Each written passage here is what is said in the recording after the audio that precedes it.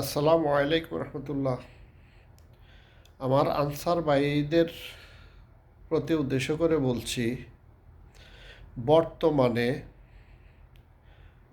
চট্টগ্রাম, নোয়াখালী, ফেনী ধরে অনেকগুলো জায়গাতে মানুষ পানিবন্দী হয়ে আছে।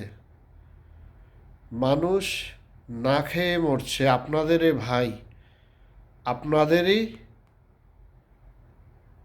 আত্মীয় স্বজন, অথচ আপনারা তাদেরকে উদ্ধার না করে স্বার্থপরের মতো আপনারা আপনাদের চাওয়া পাওয়া নিয়ে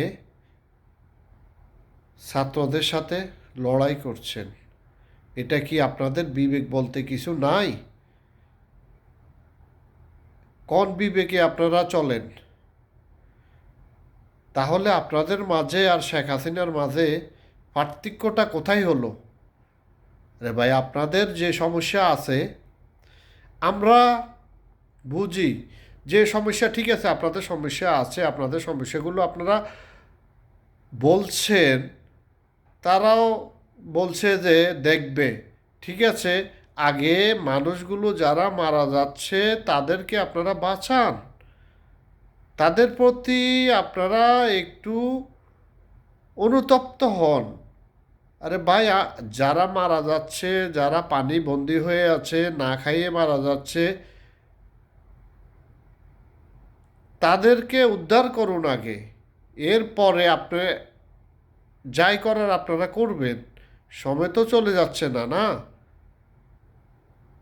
এটা কোন বিবেক? আপনারা কোন বিবেক নিয়ে আপনারা বসবাস করেন?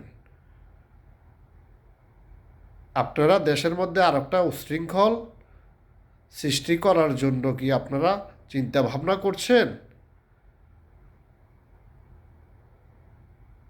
আপনারা নিজেরাই একটু চিন্তা করে দেখুন না। শেখ হাসিনা যেরকম মানুষ মারা যাক কিংবা না খেয়ে থাকুক, তার কিছু যায় আসে না। আপনারা তো সেই রকমই শুরু করলেন। এদিকে মানুষ মারা যাচ্ছে না খেয়ে, এদিকে মানুষের পানিতে বন্দি হয়ে আছে লক্ষ লক্ষ মানুষ, আর আপনারা এদিকে আপনাদের দাবি দাবা নিয়ে আপনারা যুদ্ধ করতেছেন। এখনও বিবেককে জাগ্রত করেন, কোনটা করলে ভালো হবে।